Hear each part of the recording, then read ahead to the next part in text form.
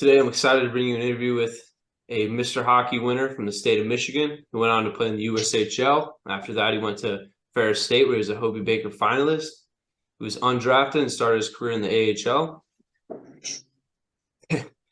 I'm proud to bring you Gerald Mayhew, a.k.a. Jerry Time, a.k.a. the proud son of Wyandotte, Michigan. Gerald Mayhew, how you doing? I'm good, man. How are you doing? I'm good. I'm good. So I guess to kind of leap forward a little bit in your career, you started your junior career and I guess finished it too in the AHL, or no, I'm sorry, in the USHL. Yeah. Did you have any interest from other leagues? Um, the NAHL reached out before the USHL because I remember I tendered in Kalamazoo with the K-Wings, and then I got a call one day after like a baseball game or something from the coach of Cedar Rapids, and he personally invited me to his camp. I probably had like 3 or 4 letters from other USHL teams, but he was the only one who called me. And so I obviously took that one, and the rest is history. Right. How was it playing in the USHL? I mean, I feel like that's widely regarded as like the best, at least like non-major junior league that you can play in. How was your time there? How did you find the adjustment going from, because you went straight from high school to the USHL? Right. How was the speed different? Did it kind of take you a little bit to get used to? Yeah, it was my time there was great. I remember we went there. I went there with my dad, and the first thing they really had was like a little hype up video last season. And I was sitting there and I was like, "Holy, these guys are good, bigger, faster, stronger." Um, but you adapt kind of to each league. You have to play in the league to adapt to it. And um, my first couple games, it was eye opening, but as time went on, it was real fun. I learned a lot from my coach that I didn't know, so it was a great time. So from junior college and then now pro, would you say that you had the most fun in junior hockey? They're all different. Mm, It was my first time being away from home, so it was different for me then. And then I went to college. College obviously was fun. And now pro is awesome too. So they all have their little pros and cons, but um, I probably couldn't give you a straight answer on which one's more fun, to be honest. right. So you play for Cedar Rapids, you tear it up in the U show, and then how many college offers did you have? Kind of, I guess, winding down to your time in juniors. Did you have a few schools that you were talking to? Yeah, I had a couple schools. It was more my first year. I had a pretty good middle of the season where I caught fire, and more of the schools started talking to me. They wanted visits, and I know I had a visit with Ohio State after Ferris, but I never went because I just committed right away to Ferris after my visit, and I'm glad I did. We had some great teams there, so. Another big jump from junior to college. What was the, I guess, biggest difference that you noticed right away as far as that different? And I mean, pace, size, right? All that. Was there anything in particular that really stood out to you? Yeah, I think, yeah, like you said, obviously the size, you're playing against grown men at that point in college. And, um, I think the biggest challenge was to try to juggle school and practice and hockey all in one, especially, we had long road trips. The Wi-Fi wasn't good on the bus, stuff like that. Um, but yeah, that was probably the biggest jump was junior to college. But, again, adapting to it as you get older, it's a lot easier. So the whole stereotype that college athletes don't actually have to do their schoolwork, it's not true. Now we may have got a little help, but Right. yeah, I don't know about football. Maybe be different, but I'm trying to think of one of well, yeah, you were a Hobie Baker finalist, and yeah, you guys went on some pretty crazy runs. I believe you made it to the final eight. yeah, we The, made it to the my freshman year. We made it to the final eight, lost in double overtime to North Dakota to go to the Frozen Four, and then junior year lost to Denver to go to the Frozen Four. What was that like? What was your, I guess, what was the mindset of the team? Because, I mean, there's been good players that have come out of Ferris State and they've had good teams in the past, but it's not really like a big, Right. like, I guess a school that people expect to be that far into the tournament. Did you guys kind of have that in the back of your minds, or were you just like, we're here to play hockey? Yeah, we're here to play hockey. My freshman year, we were really good. Our seniors were great, and what helped is our freshman class contributed a lot. Um, and that probably was my favorite year, freshman year, just because we were good at hockey. College was new, um, meeting a lot of new friends, stuff like that. It was a lot of fun, and I wish we could have beat Nodak, go to the Frozen Four. That'd have been a cool experience, but it didn't end up happening. Right. And there's not much fighting in college hockey, but you were a part of the team when there was that brawl with Mankato, Yeah, I think. What yeah. was that like? I mean, was that the closest thing you've seen to just like an all-out brawl in your college hockey experience? Yeah, college hockey for sure. I was on the bench, luckily. I don't know if that was my freshman year or sophomore year, I can't remember, but yeah, I know our goalie wasn't happy and I think it was CJ Mott at the time, and it just kind of turned ugly because I knew some guys on Mankato that were pretty tough, and it was a pretty fun time to always play in Mankato. That they get a good crowd. Yeah. Did you have I mean the USHL, I think it's what they have a 95 and 98% commit rate. Do you know Yeah, people pretty much on every team you play? yeah, in college it was a little different because they committed guys from a bunch of different leagues. So I may know one or two guys on each team, but Hmm. now in pro, I know a lot more guys on each team. Seems like there's like two or three on each team that I know. Just from juniors? Yeah, juniors or different teams in pro or college guys that I played against, stuff like that. Right. Okay, so you wrap up your college career undrafted, and then you sign with the Minnesota Wild organization. Then how long was the turnaround between the end of your college career and I think it was only what a few days before you signed your first pro contract and then like immediately into the AHL? Yeah, it was maybe 4 days after the season. I got a call and my agent said there's a team that wants you to come now and then sign next year.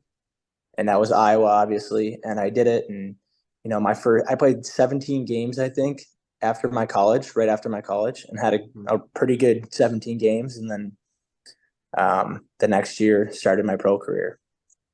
Did you have talks with Iowa, or did you know that you were on the radar at all?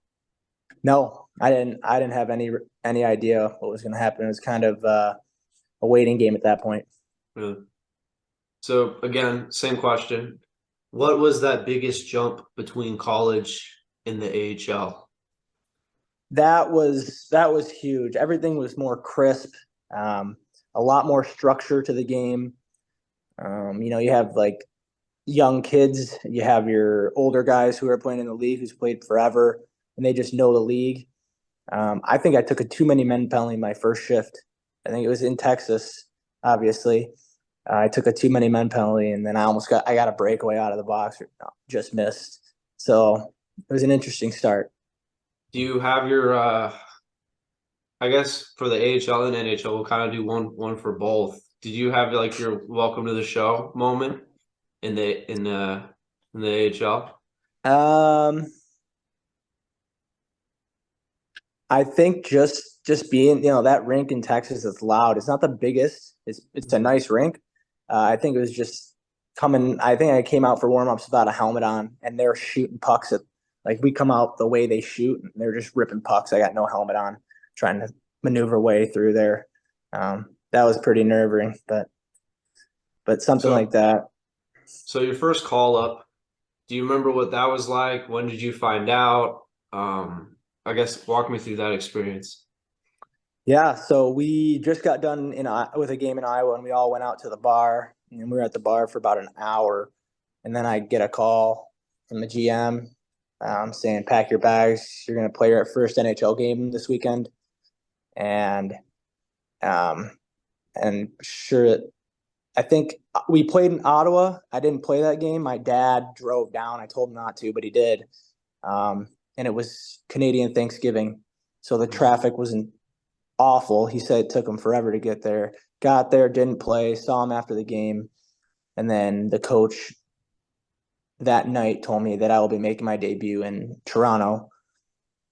And so that's kind of lucky. It's not too far from my house, like 4 hours away. So I had to start making the calls.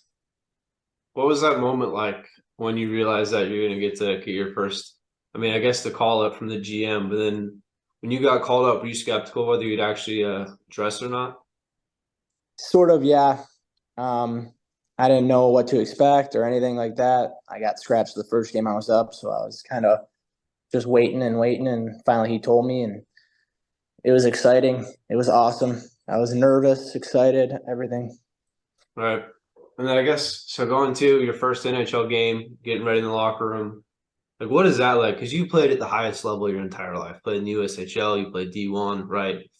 Then you're in the NHL. Like, I guess for me, I was nowhere close to any of that. So, like, just the idea of it, like, I can't imagine being there and like having to like act cool and be like, "Holy shit, I'm here." What was Yeah. like that first moment? I guess like stepping on the ice of an NHL arena, and not only that, but in Toronto. Yeah, that was crazy. The solo lap in Toronto, obviously it's a hockey hotbed, and especially anywhere in Canada, really. But it was crazy. I was pretty nervous. I remember there was a shift that game. I got stuck out there, and then you got Marner, Matthews, Nealon, all those guys coming out, and that's when it really hit me. Yeah. Is that kind of like your oh shit, you're welcome to the show moment? Yeah, it's kind of like, oh shit, get off the ice. I feel like you always hear that from guys when they're like, yeah, when those superstars get out there, you got to get off the ice. And I don't know, I feel like Mhm. some people don't really understand the, I guess, like I don't know how quickly you want to get that done. Right. So first NHL goal, what was that like? I think I've had dreams of scoring an NHL goal, but that's like the closest I'll ever get to it. Was it a surreal moment? Was it like you're in the game, so you don't really think about it? Well, the bad part about it is I think we were down 4-1, and there was like 3 minutes, 2 minutes left. Graveyard shift. Here you go. Mhm. And I scored. Didn't really celebrate. Wanted to, Yeah, but can't. it was still pretty special to score my first game. Yeah, I right. grew up. First game too. Yeah, grew up watching NHL for years, and then finally get to score a goal. It's pretty cool. Dude, I remember what was cool is I could play as you and Shell. That was like, Yeah. have you done that? I haven't done it. No. Sometimes me and my buddies will play with like our American League teams or whatever. It's kind of fun, but Yeah. no, not often. So I guess that first you got called up, you were up and down a bit. Was it that season or the following when you won AHL MVP? Um, I think it was that season. Yeah. Yeah, And because what I got was, sent down. go I ahead. think I'm pretty sure it was that season because I remember getting sent down, and then that's when COVID I think happened. All right. But yeah, What was that like? Was that I mean, you spent time in the NHL. Um, was that still an amazing experience to be labeled the most valuable player of the American League? yeah, definitely. It's a great league, and um, you got these young kids who are drafted first round and they're playing in the league. They're probably already belong there, but need some development and stuff like that. But yeah, it was pretty cool seeing that. And then obviously my line mate Sam Annis, he had the most points that year, I think. Mhm. So that was cool for him. I think I don't know if you knew about this, but Sean Avery went and like practiced with the Polar Ice Bears or the Polar Bears in the Coast League. And I don't know Yeah. if you saw that. And he was saying how like any one of these guys could play in the NHL. Do you think that at the AHL level, for the most part, all those guys could be a role player, at least stick in the NHL if they got the opportunity? Yeah, I do. It's tough. Like you said, it's all the opportunity, Right. depending on which team, has the most injuries or is doing the worst. You finally get your opportunity and stick. But I think the hardest thing to do is stick in the NHL. Yeah. So And then again, biggest difference between the AHL and the NHL. I think I've talked to you about this before, and you told me that I believe you told me it was easier to play in the NHL because like everyone's where they're supposed to be. Right. Like everyone knows their role. The hockey smarts at that level are incredible. What do you think, I guess, is the biggest difference that you've noticed? And I mean, especially going up and down, like when you come back, what's something that you notice? Yeah, one of it is like the arenas, the ice is better. Um, you have better equipment, stuff like that.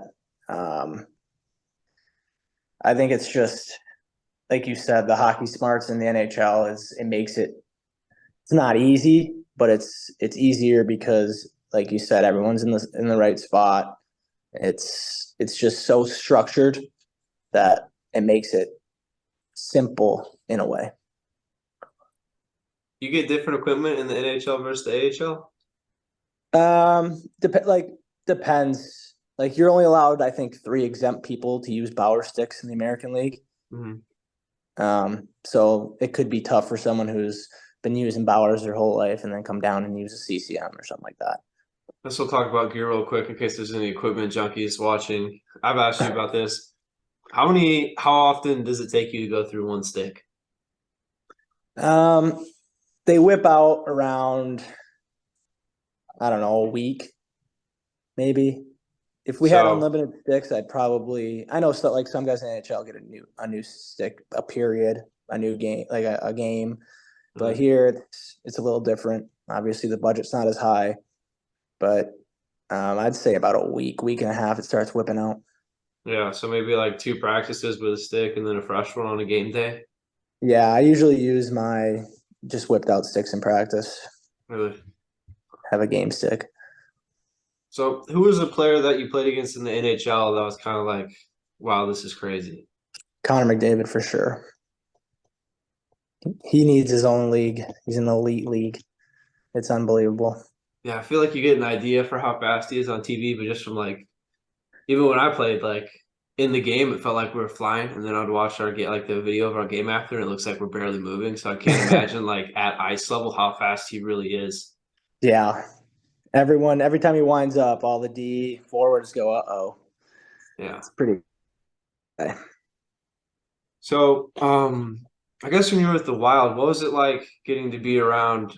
Like Zach Parise was there at the time, correct? And then Mhm. Suter, like kind of some of those veteran Wild guys who had been there for years. Was it cool to get to learn from them?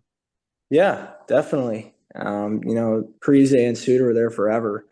Um, and, they showed us the ropes a little bit. And there's a great group there, too. They're very welcoming. It's nerve-wracking going into a locker room like that, but they were all great. Right. And then you went to the Flyers, which had Giroux there at the time, Keith Yandel. I Hmm. feel like anybody who's ever watched Spit and Chicklets knows who Keith Yandel is. So Yeah. what was that like? Are those guys like I guess as hilarious as people see? What's it also like being around guys who just managed to stay in the league and be relevant so long? Yeah, I got to be a part of his thousand or his was it 1,000 games in a row, Mm, something like that. Yeah, his Iron Man streak. He's hilarious, hazy, hilarious. It was a great group there as well, and obviously it was a tough year that year, but it was fun to be a part of. right. You got some PP time, got some first line time in playing for the Flyers.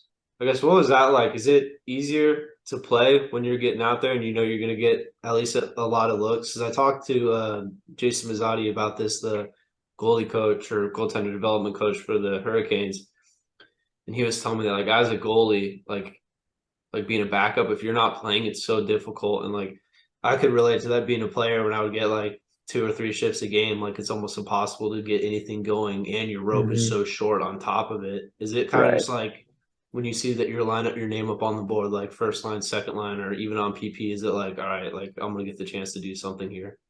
Yeah, definitely. I respect the guys who are fourth liners for life who have to play 5 minutes, 6 minutes a night. It's one of the hardest things I've ever had to do. Your legs feel like rubber.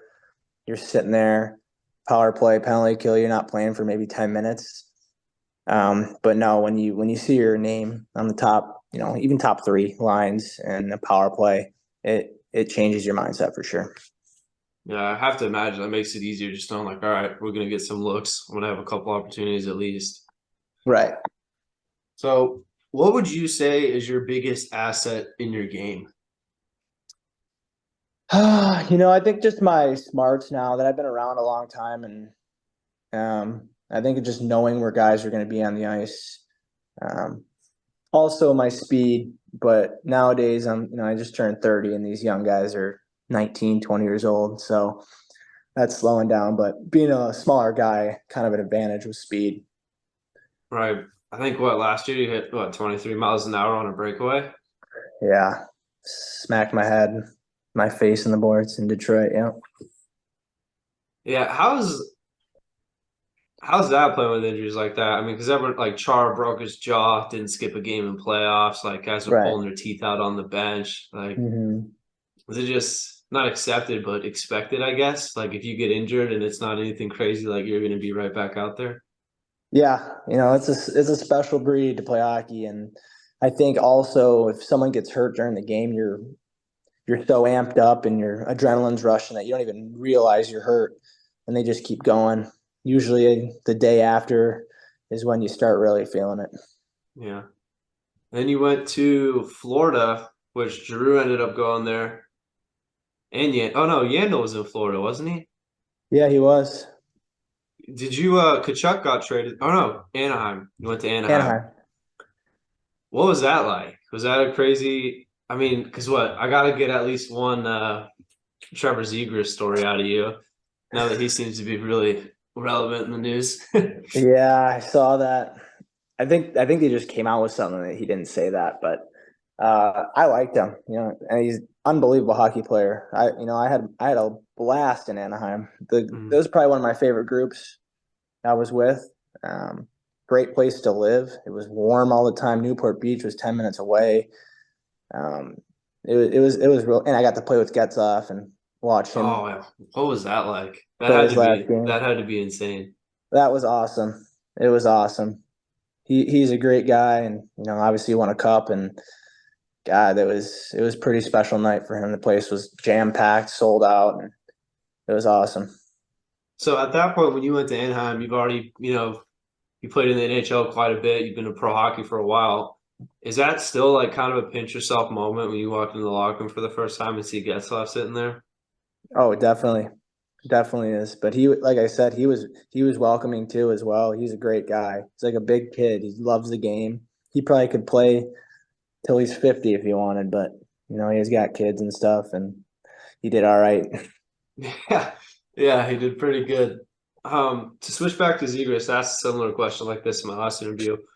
With like players that are really good, I don't know if he's a superstar yet necessarily, right? But he's an elite player. With hmm guys like that, are they doing something in practice that's crazy? Like every practice, they're doing some type of move where you're just kind of like scratching your head a little bit. Yeah, I mean those guys are God gifted talent, um, and when they start working hard like that, and you see some of the moves that he does, it's crazy. Right. So I guess kind of to have a little bit of goalie talk in here. Um, what's the biggest difference you noticed between goaltenders in the AHL to the NHL? I'd say that the fact that they're bigger in the NHL and also athletic, that's a lethal combination.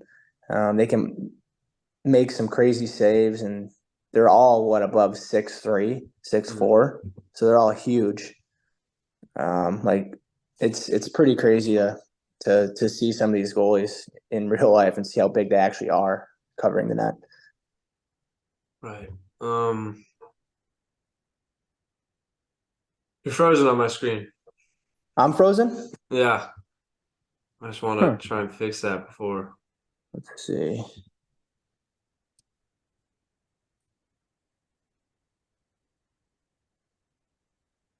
Yeah, okay, How about we're now? back. All right, you're good. Boom. Okay, back to goalie talk. Um, I guess what's something that you see like shooters struggling with the most as far as shooting on goalies? I guess at that high level is getting the puck off your stick quick like the most important thing at that level. Yeah, I think so. I think moving a goalie side to side, depending on the goalie, I think moving the puck side to side is probably your best bet. Because trying to beat a goalie clean is pretty tough. But there's guys out there who can obviously do it, like Matthews. The guy has a crazy release. But yeah, I think it's just more of a placement thing. You have to work on your placement in practice and keep chipping away at that. What do you find that you're shooting the most? Not as far as like location on the ice, but as far as around the goalie. Because like me, it's like my reflexive shot is high glove, which I know isn't good. And I think I saw a snippet recently of like a skate in the summer with like McKinnon and Kane and a bunch of those guys talking about how they're making a conscious effort to try and shoot low glove, low blocker because that's what Kane was doing. Yeah, Is that something that you try and do? definitely. I think, and it's like you said, my natural reaction is to shoot high all the time. But I think goalies start knowing that, and then when you start shooting low, you kind of catch them off guard. And I know a lot of guys who love going 5-hole because these goalies are so big. It's tough to even raise it over them. Mhm. So I like trying to in practice, trying to just shoot low the whole practice just to get like muscle memory. Right. Do you notice anything that the goalies on your teams are doing that you didn't see your teammates doing in college or junior as far as like preparation or drills or anything like that? It's all kind of the same. Maybe just new drills, better drills. Um, we do goalie drills in the beginning. They'll do goalie drills after. Just more work, I think. Yeah. Yeah, I guess because you have more time as well. Right. Hmm. So what is your I guess what's your favorite pro moment so far? Favorite pro moment. I think just sticking in the NHL for a little bit, actually getting to live the life. That was pretty cool. Obviously it's a little different with travel in the American League than the NHL, stuff like that. I got to experience that too. And um, yeah, I think other than that, I think obviously my first goal was pretty special. Hmm. Um, Trying to think how to word this one. Is there or is it what you thought it would be when you were a little kid and you're dreaming of playing professional hockey? Is it kind of what you thought it was? Because um I talked to Sammy. For those who don't know, he's a cousin of ours who plays professional baseball. I asked him a similar question if he thought like being in the major leagues is what he thought it would be. And he said to some degree yes, but also to some degree no. What's your look on that? I totally agree. Um, you know, you're sitting there, you're doing it. It's all surreal, but it's the same game you've been playing for since you were 6 years old. It's the same game, just different league. Someone told me that one year. It's the same game, different league. So just play your game, and obviously, it's crazy. The fans, all that is Hmm. definitely awesome, but yeah, like he said, to some degree, yes. To some degree, no. Is it more like a job than you thought it would be? Yes. Um, don't get me wrong, it's awesome. But yeah, it's if you don't produce, you're out of lineup, stuff like that. But like I said, it's a game that you get to get paid for Hmm. and that you love since you were a kid. So there's really no complaining. Right, it's a good time. Yeah. Huh. Do you have any good I guess any good locker room stories you can tell? Or I wish I had a specific one I could think of or a specific instance just to kind of, it's kind of a tough question to put you on the spot. But Yeah. I'm trying to think. There's some good stuff that goes on in the locker room. Just the cutting the laces. I think not too long ago here in Charlotte, we were taping guys' gear together, like yeah, crazy amount of tape, and they get all pissed and stuff like that. But there's always guys joking around in the locker room. I feel like that's the best part about hockey, at least, is that locker room kind of camaraderie. Yeah. Because at least what I heard from Sammy with baseball, it's not really like that just because they're around each other a lot more from what it Right. seems. Every single day. Yeah. Every single day, same routine, every day, same time. It's Mm. monotonous. But I guess with hockey, it's always been a little more fun. And honestly, when I stopped playing, I miss the competitive side of it, of course, right? But as far Yeah. as like the boys in the locker room, like that's what I miss most is like just kind of getting to just be around the boys. Like, even if it is every day, like there's always something going on. There's always something funny happening. Like, I don't know. I think that's one Right. of the best parts about the game. Yeah. We were talking about that yesterday, actually. One of the guys said he's just gonna miss the time with the boys, the road trips with the boys, and always being at practice, just goofing around. And yeah, I agree. Mm. Do you remember your first fight, your first pro fight? How was that? I do. It was in Grand Rapids. I guess I slashed. I think it was Matt Pumple at the time. Yeah, Matt Pumple slashed him. He kind of grabbed on me, said, "Go me." So I just shed my mitts and started trying to throw Start bombs. chucking. Yeah, Do you yeah, think that fighting is not leaving I feel like there's been an uptick in fighting recently, honestly. Like the wild game the yeah. other night, there's what, 3 fights in 15 I think it was seconds? four the whole game. Yeah, And four. that's not Yeah, like 3 fights like after one whistle. That was like fight, whistle, fight within yeah, 15 seconds. I feel like it's almost, I don't know, it seems to be ramping up a little bit. yeah. I don't think you can't take fighting out of hockey, or else people are just going to take runs at people and no one's going to do anything about it. So you have to keep it in. That's what, I if think they people know don't know that. anything about hockey, they ask me, they're like, why is there fighting in hockey? And I'm like, honestly, because there's consequences for your actions. If you do something Right. dumb, either you're going to have to fight or your teammates are going to have to fight, and your teammates are going to be really pissed off that they just had to take a punch for you. Yes, absolutely. I guess at any point in your pro career, have you had, I guess enforcer isn't really the right word anymore because no one's just there to fight, but I guess at every team that you've been on, have you had somebody there who's like the guy? Like if someone's going to fight, it's going to be them still? Absolutely. Yeah. Every team I've been on has had one for sure. Minus college? Minus college. Yeah. In the USHL too? Oh yeah. Yeah, we had Really? some big boys. I feel like people don't really think about that just because it's such a skill league that Right.